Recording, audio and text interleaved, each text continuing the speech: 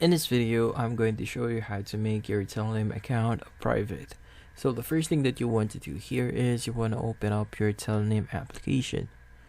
From here, you just want to locate your profile at the bottom right corner. So just click on your profile.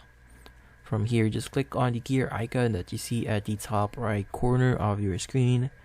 And here you want to scroll down a bit until you see the settings for more. So in here, you'll have a few settings that you could actually adjust. So we have the privacy section here.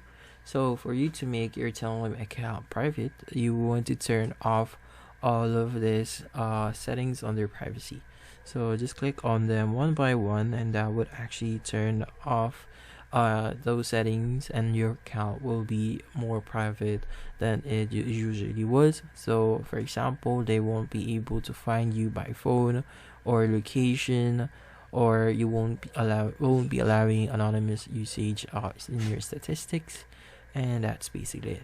So if you want to adjust a few settings here, you could also go to safety options. So you just want to turn on this setting that says tells only from registered users, and that would actually increase your protection on Tellonym. And that's basically it. So hopefully this video was able to help you. Like and subscribe if you found this video helpful.